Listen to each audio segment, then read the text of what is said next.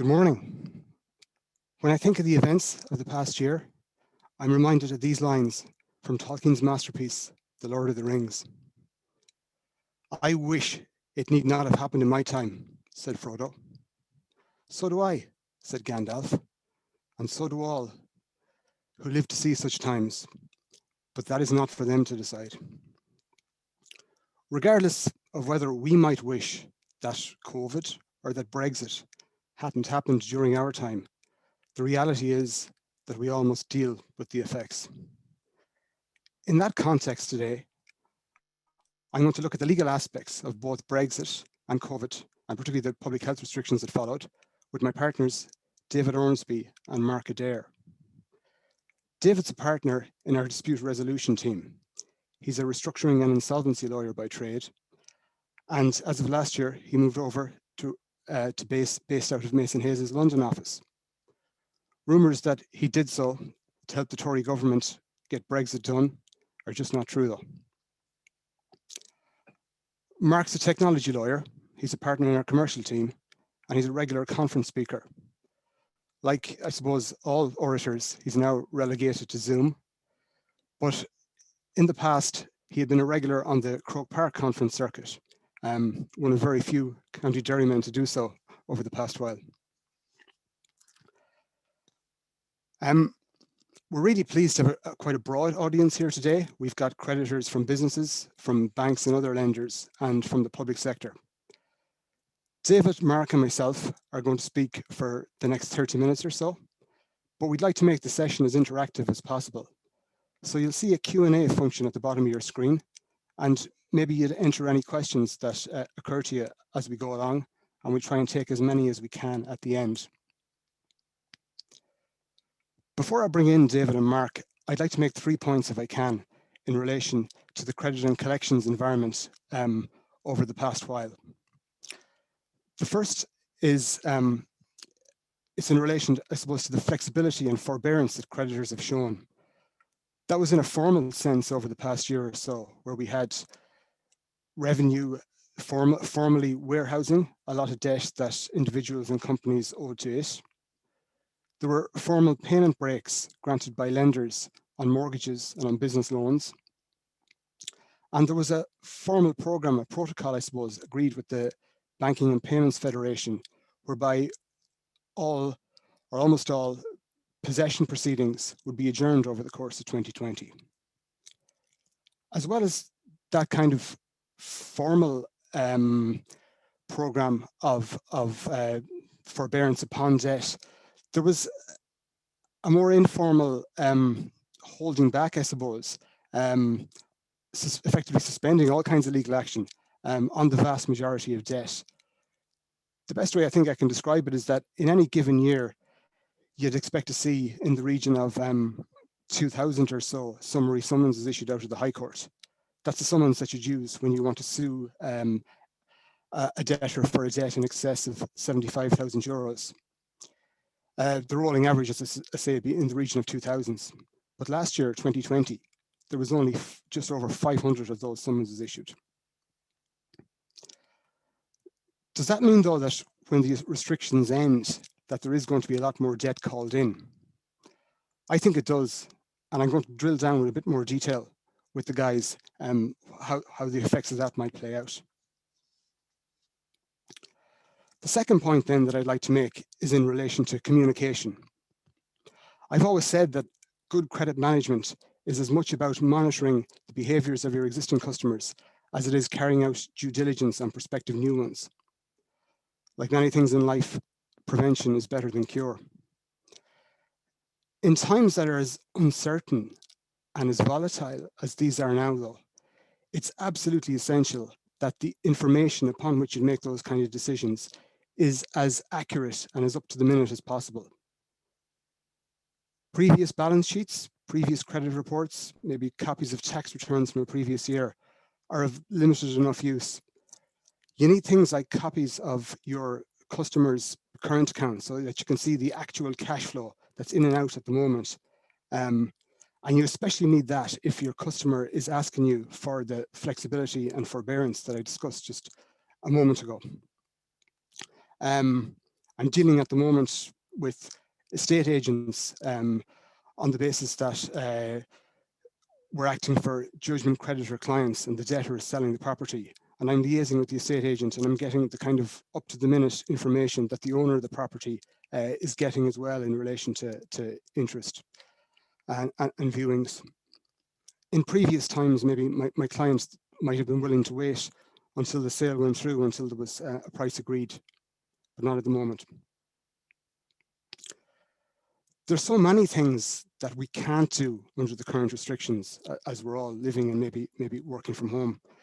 But making the efforts to communicate with our customer base, preferably by phone rather than email, talking to them, that's something that we can do. The third point then that I'd like to make is in relation to the adapting to change. I've heard it said that the pandemic is accelerating change that was already happening in society. So the way we work, the way we commute, or whether we commute at all, how we shop and how we pay our bills, I think that's all changed over the past year or so. Some changes, they're hopefully short-term, like the fact that the isolation and increased rates of unemployment have increased the number of debtors that might be classified as vulnerable. Other changes, though, are here to stay, like blended working, maybe partially working from home and partially working from our offices. I think creditors should reflect on the digital changes in particular the past year or so when they're planning ahead. And just to give a fairly basic example that's relevant to our own business, it's become fairly clear to me that we've got to increase the digital capability in terms of taking customer payments, particularly where we're dealing with consumers into the future. We've got to be able to take payments maybe from apps like Revolut. And as well as digital payment channels, we've got to look at digital communication channels with our customers too. On that point, Mark, maybe I can bring you in. You're a technology lawyer. What are your thoughts of the digitalization of society that's facing us? And do you think there's going to be any growth maybe of digitally financial products and services over the months and the years ahead? Good morning, Jason, and good morning, everyone, and happy Australia Day to any Australians in the audience. I think you're absolutely right, Jason. You said, you hit the nail on the head. COVID and the lockdown restrictions, I think they simply accelerated a trend of digital transformation that was already happening across a number of sectors. And I think that it will only get more popular in years to come. I work with a lot of financial technology companies, and I think there's three key trends that I'm seeing in relation to digitization. The first is that users have been forced to trust the technology. So before, we may have seen a degree of resistance. Users, they preferred their bricks and mortars providers, but because of the lockdown restrictions, they've been forced to use the technology, and they can now see for themselves the advantages of digital payments. For example, from apps, you can instant message for customer service. There's efficient foreign currency exchange, and even dipping your toes in the cryptocurrency market. We've also seen electronic signatures come to the fore. We all know that modern finance firms need things to happen at the speed of light, and e-signatures, that allows them to execute many types of contracts remotely. Some of our audience may know that the EU and the Irish e-signatures legislation has been around in one form or another for years. And it was only really in 2020 that we really saw companies embrace e-signatures. And here at Mason Hayes & Curran, we actually provided training for a number of clients on e-signatures and helped them implement their digital signatures platforms. I think, Jason, the third trend that I'm seeing is a general market shift in response to the pandemic, where businesses in the sector are embracing digital services across their organization. As you said, Jason, organizations have staff working from home. We all have to do things remotely, and there's a degree of experimentation with all this technology as we're learning to use it and adapting. And you've got disruptive service providers who are coming in and saying, we're going to change the status quo. We can move you onto the cloud. We can provide apps and digital connectivity. And all this is going to help things run more efficiently. That, coupled with game-changing technology like artificial intelligence and blockchain. And I really think that we're in the age of disruption, and it's only going to evolve more rapidly from here, especially as the economy rebounds. And just one final point, if I may, on the implications for all these changes. I think it's clear that digital services are here to stay, and that means businesses really need to prepare and implement their own digital readiness plans, and those plans need to have technical and commercial and legal input. Secondly, we know that technology offers speed and cost savings, but don't forget the legal challenges. And I'm thinking of things like data protection, cybersecurity, and AML that we all need to be on top of. And a final recommendation is to keep an eye on the regulation of these new technologies, because there's a raft of new technology and financial technology regulations coming out of the EU in 2021 and 2022 that we all need to keep an eye on. Absolutely. I wonder what all the disruption, Mark, will the webinars of the future be given by robots who might well have taken our jobs? They might well have, yeah. Many of the audience today, Mark, will be very interested in the free flow of data, particularly between the EU and the UK. And I say that in the context that many of the audience will be creditors, and they might, for example, have a customer that was based in Ireland but might have relocated to the UK, and they might want to send data across, maybe say to a summon server in Liverpool or Birmingham, say. And up to now, they'd have been fairly comfortable around the fact that they could do this because we had the same data protection regime. Our laws in the recent part, I suppose, came from GDPR. Has the UK leaving the EU had a huge implication, though, around the free flow of data? There's certainly an impact, Jason, and I think it will be helpful for the audience if I give a very quick bit of background first for context, and then we'll move on to the specific question. So under the Brexit agreement, from January the 1st this year, the UK is a third country. So what that means is that as far as the EU GDPR is concerned, personal data transfers from the EU to the UK will be restricted transfers. So that means it's the same as if you're in Ireland and you're transferring data to Brazil or India or somewhere like that. Right. There's also no adequacy decision for the UK as part of the Brexit agreement that would have otherwise permitted data transfers to continue without the need for any additional safeguards to be put in place. And the EU is currently undertaking the assessment process, but at the moment it's still wait and see. So with that background, to go back to your question about the Irish creditor sending personal data to their processor in Liverpool, I think the real highlight for me of the Brexit agreement is that there's now a temporary arrangement that allows that personal data to continue to be freely transferred from the EU to the UK for the next 4 months. And that's extendable for an extra 2 months if no party objects. So I think the audience should think of it in terms of it's a stay of execution. So it's a temporary arrangement, and it means for the duration of the 4 or 6 month period, it's not necessary for organizations involved in those sort of data transfers to the UK to put in place additional safeguards like your standard contractual clauses. And there's only one caveat in that. The arrangement, the temporary arrangement, is conditional on the UK not amending its data protection legislation, except to the extent it's aligning itself with EU law. So now that we know that, I think the audience are probably asking, well, what can we expect?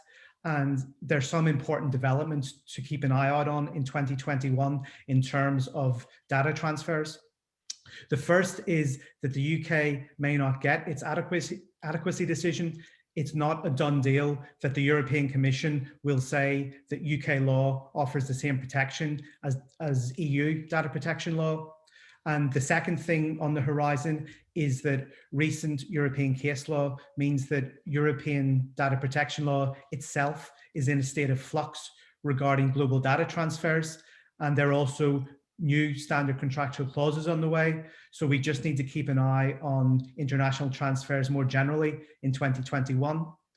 And just as a final practical takeaway, if I may, okay, we've got this day of execution, but remember that the temporary period may expire and the UK may not have been granted an adequacy decision. So I think it's therefore sensible to help avoid interrupting the flow of personal data, that the Irish creditor who wants to transfer data to their processor in Liverpool is ready to put in place additional safeguards like the SCCs in case the period expires.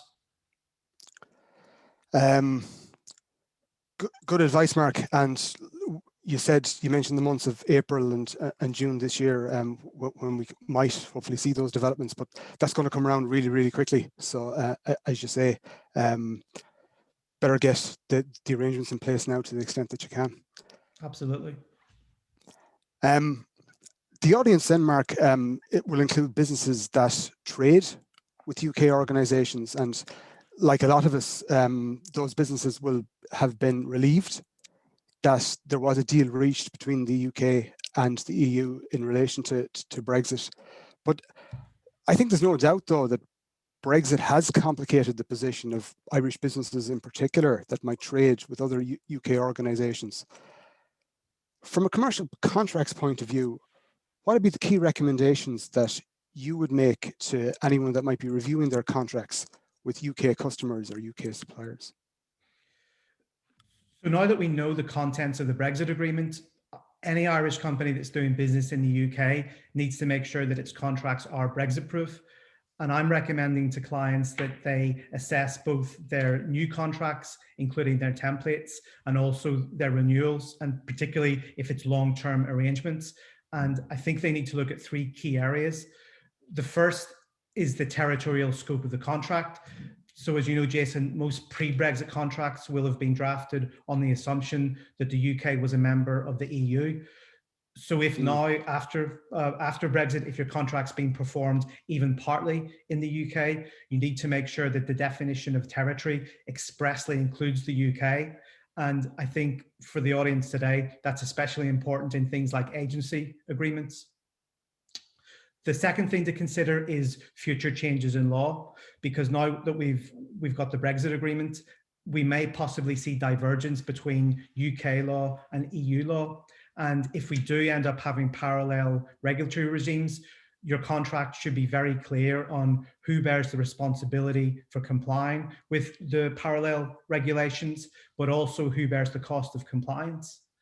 And talking about costs, extra costs out of Brexit, now that we've seen the contents of the Brexit agreement, it's only really now that the real costs and the financial risks are crystallizing. So I think to bring certainty to contractual arrangements, firms should make sure their contract addresses things like the cost of complying with restrictions on providing services. So I'm particularly thinking there of things like licensing charges and registration fees. The contract should talk about the responsibility for filling out paperwork.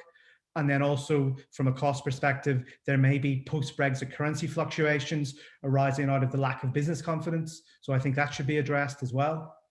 And when firms, when they've identified these issues in their contracts, they need to consider the consequences. So should these issues that we've looked at, what should they trigger? Should it trigger some sort of contractual right, such as a price adjustment clause, or should there be a renegotiation, or should there be a suspension until there can be a renegotiation? And I think those are all things that need to be considered. We had a client in the financial services sector just a few weeks ago who had an existing Brexit clause that was drafted in 2019, and they came to us and they said, we've got Boris's Brexit agreement, what are the next steps? And the advice, it really boiled down to looking at the clause last year that was drafted, which was a bit of crystal ball gazing, because we didn't know what the deal would say, and look at that in light of the Brexit agreement and see, does the contract need any adjustments? And do the parties simply need to sit down and have a discussion, or are there specific triggers and consequences? And I think in either case, Jason, the general message that I'm telling to Irish businesses is that we know what the Brexit agreement says.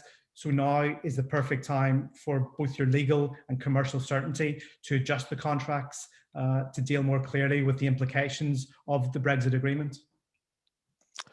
Absolutely. David, I might bring you in on some of those points that Mark made, and he talked a bit about the recommendations he give in relation to managing risk and costs, and he gave his advice on how you could contractually do that. You and I suppose, might deal with cases where the dispute has already arisen, though, and legal proceedings are contemplated or even underway. In the context, though, of Brexit and into the future, will the UK recognise Irish judgments and vice versa? Well, good morning, Jason. Good morning, everyone. Good to be with you this morning. Well, I think we're all painfully aware at this stage, Jason, that the Brexit transition period ended on New Year's Eve. And that also meant the end of the uniform application of the EU rules governing cross-border litigation between courts in the UK and courts in the EU member states. While a withdrawal agreement was eventually reached, it was still a slim deal, and it didn't really replace the previous European regime that was in place. So that effectively means that we have a no-deal scenario in respect of the enforcement of judgments. So, what does that mean? What does that leave us with? Under the withdrawal agreement, there are two basic scenarios. The first scenario applies to UK judgments in proceedings issued before 31 December 2020, and they may still be recognised and enforced in Ireland in accordance with the previous EU regulations. The second scenario then applies to UK judgments moving forward, so in all proceedings issued in 2021 and onwards. The EU rules won't apply, and those judgments will now be enforceable in Ireland either under the Hague Convention or under common law rules. So under Hague Convention rules, that means you need to make an ex parte application before the Master of the High Court in Ireland before you can enforce a UK judgment. If the judgment doesn't fall under the Hague Convention, you then need to rely on common law rules, which are slightly more onerous and essentially require a separate set of summary proceedings to be issued in Ireland. And the same position then applies for enforcing Irish judgments in the UK. Even though you already have your Irish judgment, you do need to make similar court applications under UK law. Now, having said all of that, I should say that this position may well change soon, depending on whether or not the UK joins the Lugano Convention. They have applied to join, and that application is pending before the contracting members at the moment. If that application is granted, and I would imagine it will be, it would make sense for it to be granted. It then does offer a more straightforward procedure for reciprocal enforcement between the UK and the rest of the EU, more akin to the previous EU rules that were in place. But I think the key takeaway here, Jason, is that as matters currently stand, cross-border litigation between Ireland and the UK, like a lot of other things, is just not as streamlined as it was pre-Brexit. And those barriers have to be overcome, which adds to the time and the cost involved in achieving that.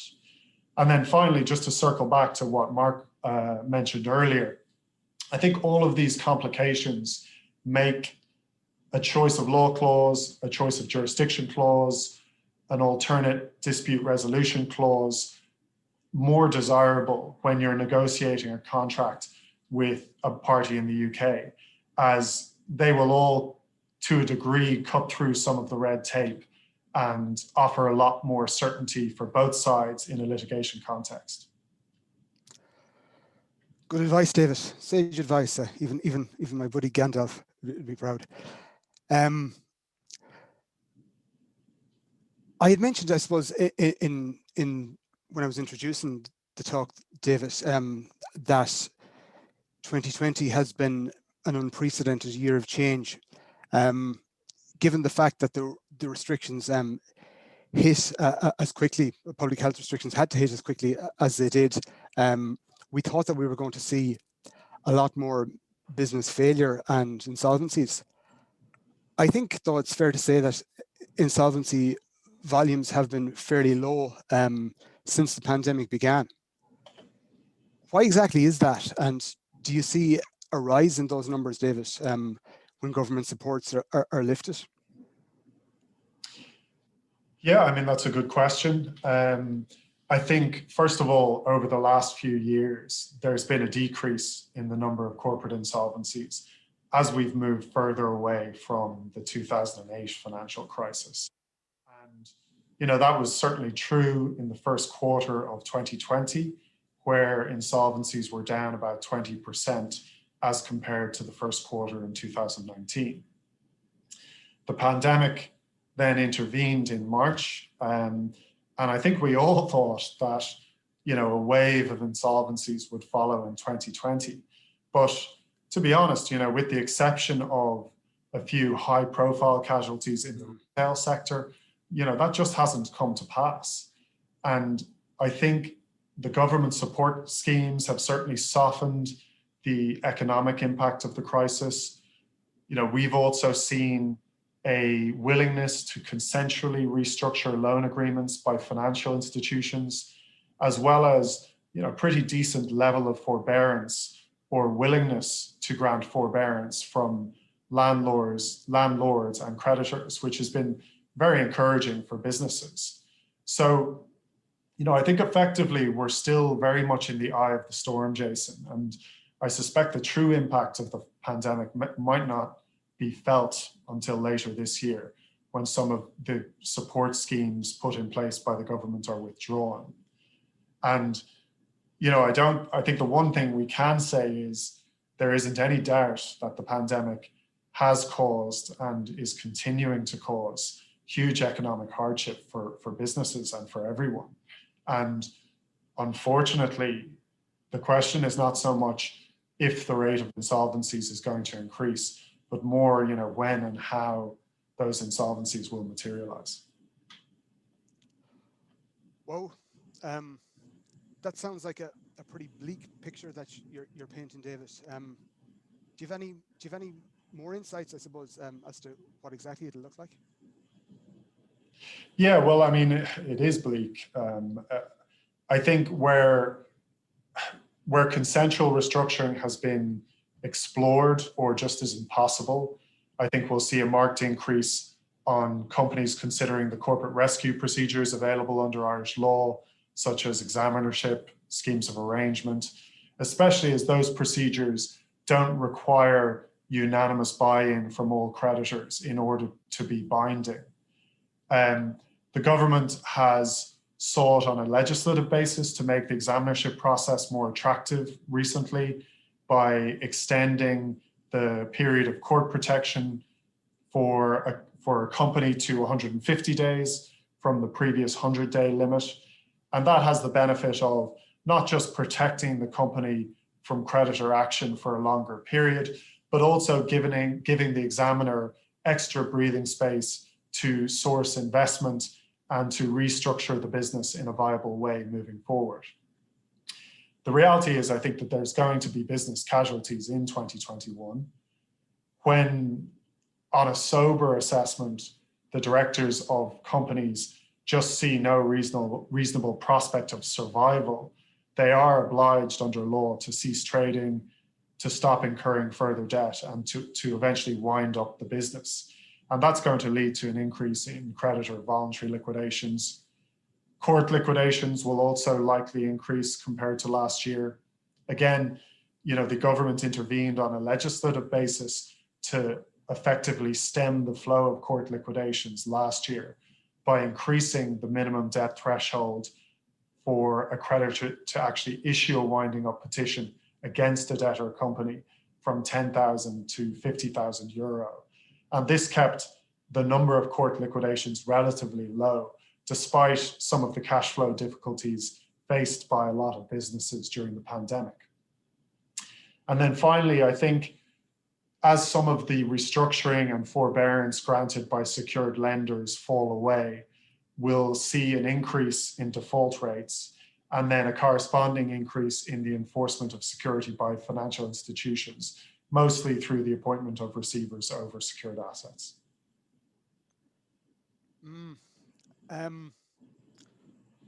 You described quite a few scenarios there, I suppose, and all in all, how will they impact business creditors then, and what advice would you give to them? Well, I mean, first of all, I think it's important that creditors understand their rights and obligations in the context of each of those restructuring and insolvency processes, which will impact them in different ways. In terms of practical advice, I think that goes back to some of the things that you mentioned earlier, Jason. I mean, trying to understand the financial position of the company and its sustainability moving forward, considering whether or not to actually extend any further credit, assessing as a creditor what leverage you have over the business to obtain payment, and then lastly, assessing whether or not it's worth escalating through a legal route in order to collect payments. And just on the last point, it is important to remember that from a company director's perspective, where the company is insolvent or possibly insolvent, the directors can't distinguish under law between creditors of the same class in terms of making payments to one creditor but not to another. So having said that, if you are a key creditor without whom the company cannot continue to operate, there is a reality where you have a lot more leverage as an unsecured creditor in terms of being paid, even though technically that payment could be considered an unfair preference over other unsecured creditors. So the classic example there might be for an electricity supplier.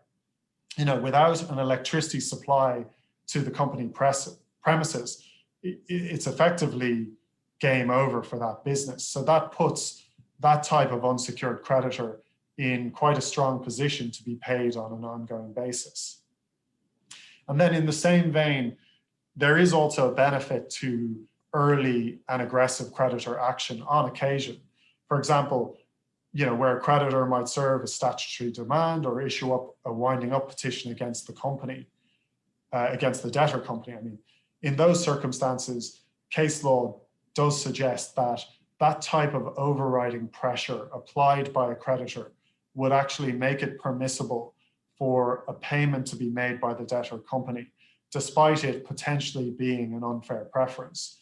So that type of approach can actually get you to the top of the queue in terms of payment and is worth considering. Absolutely. As you say, commercial leverage is very important and has been shown to be so. Guys, we might go to the Q&A now, and some that have come in. Mark, I'm going to put this one to you if I can. In terms of the pandemic, are you seeing much success with arguments that COVID-19 is a force majeure event under a contract? Force majeure, it certainly kept us busy in 2020, Jason. And I think every law firm in Ireland, every law firm in Ireland seemed to have published an article on dealing with COVID-19 and force majeure. When we were advising on this, we saw a large variance in the types of clauses in contracts. One of our clients had a contract that didn't even include a force majeure clause, and there were others that had a force majeure clause, but it was a very general clause that maybe talked about acts of God, but didn't explicitly mention pandemics or epidemics. And in those cases, it just makes the argument about a force majeure that bit more difficult. The other thing we've observed is that when we're drafting new contracts or when it comes to renewals, we've seen a lot more focus from both firms and lawyers on the contents and the process around force majeure clauses in our negotiations. But I think, to answer your question, for us, the situation boiled down to the fact that the pandemic is unprecedented. It affects both suppliers and customers. So what we saw tend to happen with clients in business to business context was that the force majeure clause actually became a pivot around which the parties could start a discussion and communicate with each other to assess the implications and try to find a reasonable way forward, as opposed to immediately starting litigation or going off to court. David, there's a question here in relation to the situation in the courts at the moment, and we know that social distancing and all has made it harder for certain cases to get heard. How are you finding that the courts are dealing with urgent applications at the moment?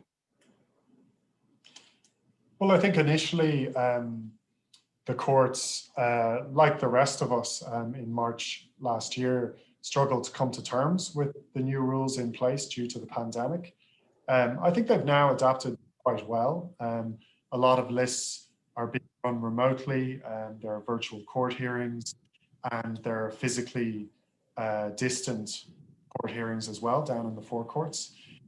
Urgent applications, so winding up petitions and applications seeking injunctive relief and similar type applications are actually being given a high level of priority. And in some cases, I think you can actually get in front of a high court judge quicker than you used to be able to pre-COVID. So that's definitely a positive. I think the main difficulty that we're actually experiencing, Jason, is on the process side rather than in front of a judge. So, for example, the central office of the High Court deals with court filings and pleadings and all of the kind of the paper side of the court process. And for the most part now, that's being done by post. So there is some delay there with getting proceedings off the ground. And then, you know, some kind of very mundane reasons for that. In bigger law firms, you know, post arrives, takes a little bit of time to get to the lawyer it's meant to. In smaller firms, for example, someone may not be collecting the post every day. So it's more just on the process side. The actual court-facing side, I think, is working quite well, and judges are available. Yeah, I found myself, particularly with the appellate courts, the Court of Appeal, that it's become very efficient. Any system whereby most of the business before them is dealt with on affidavit evidence or by way of legal submission, it lends itself quite well to remote hearings. Yeah, exactly. And I mean, you could argue that it's working more efficiently in the Court of Appeal than it used to, which is definitely a positive, that perhaps may continue in the current form. There's a question here, have the numbers of personal insolvency applications risen since the pandemic began? I know you had touched, David, on the number of corporate insolvencies had been on the decrease even in the run-up to 2020. I know, though, that the number of personal insolvency applications themselves were actually rising from back in 2017, 2018. They were just under about 1,000, and they had risen as far as 1,500 or so in 2019. There were press reports back in August of last year, that July had been the busiest month ever in relation to insolvency applications that the insolvency service received. But I dare say that was partly on the basis that Q2 there was just so little activity that when restrictions eased a little in July, that numbers then as a consequence get up. We have to wait until the insolvency service, I suppose, produce their figures. They're not available yet for Q3 or Q4, but I think that numbers overall may well have risen.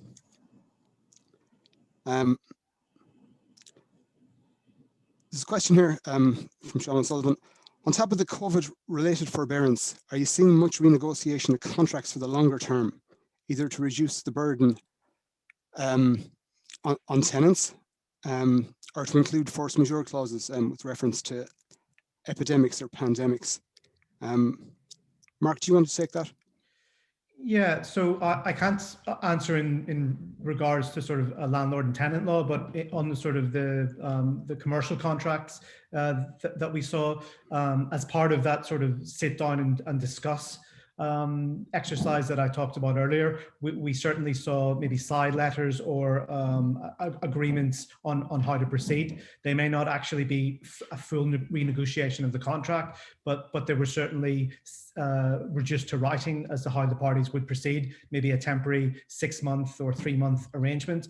And in terms of renegotiation, we didn't see a lot of sort of opening up reopening up of existing contracts, but we did see then contracts that were up for renewal or new contracts. Force majeure was absolutely up there in your top 6 or 7 issues on the negotiation.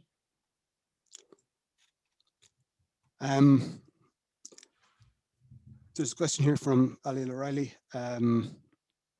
Again, going back to the Irish, the UK comparison, and he's pointed out that the UK has, in general terms, a more biting debt enforcement regime in relation to, say, orders for possession. Have the guys any insight on what trends they're observing in the UK that may be on the way in this jurisdiction? Not in terms of law or regulation, but in terms of activity and tendencies. I suppose if I was to compare the order for possession regime in both countries, certainly it seems a lot more straightforward to get an order for possession in the UK than it does here. And particularly, I think, since the 2020 Land and Conveyancing Amendment Act was brought in, where there's going to be a proportionality test that the court should make in doing that. I certainly don't see us aligning at all with the UK regime. David or Mark, do you have any other insights in terms of comparisons? No, I think I agree with you there. We may not be necessarily taking our cues as much from the UK as we were. I think this may not be, I think where what Alil is referring to there. I think what we've seen more recently from the UK is a willingness to include Irish leases, for example, in creditor voluntary arrangements. And that is an area in Irish law that is far from certain. Decision in the Monsoon Accessorize Creditors voluntary arrangement, where it held as contrary to public policy on the facts of that particular case to include Irish leasehold agreements in a UK voluntary arrangement. So there's a question mark over that area, but nonetheless, we're seeing where UK-based retailers are trying to restructure their UK leasehold portfolio. They are also including their 4 or 5 leases in the Irish jurisdiction as well, and using that as a tool to renegotiate those leases or to restructure, to come to an agreement with their Irish landlord. So that's a feature that we're seeing that's being driven from the UK at the moment. Mark?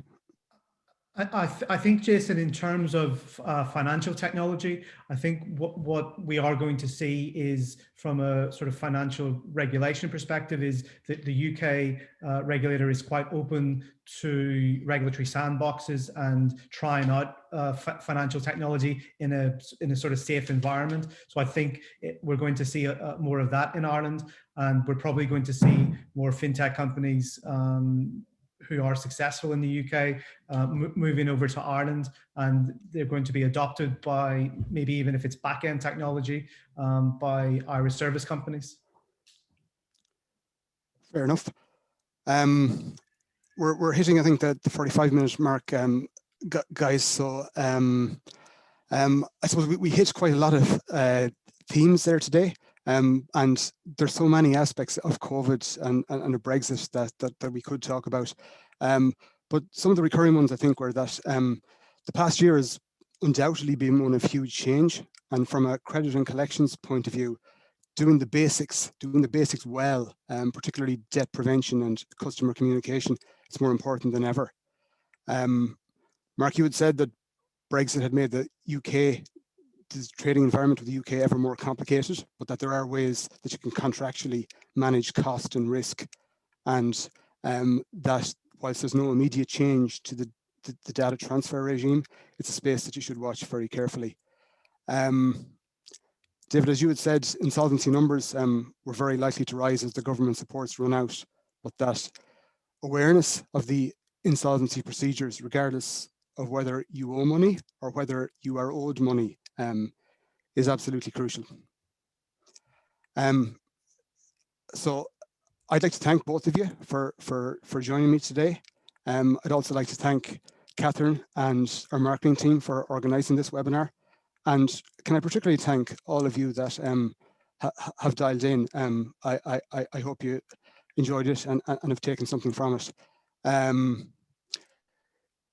You're all going to receive a recording very shortly of the webinar, and there'll also be a survey which we'd ask that you might complete and return to us. Details of any further webinars we do will be on mhc.ie, and there's also a really good section on our Brexit hub on the website too that'll cover some of the points that we hit. For now though, can I thank again everyone that joined us, and see you soon.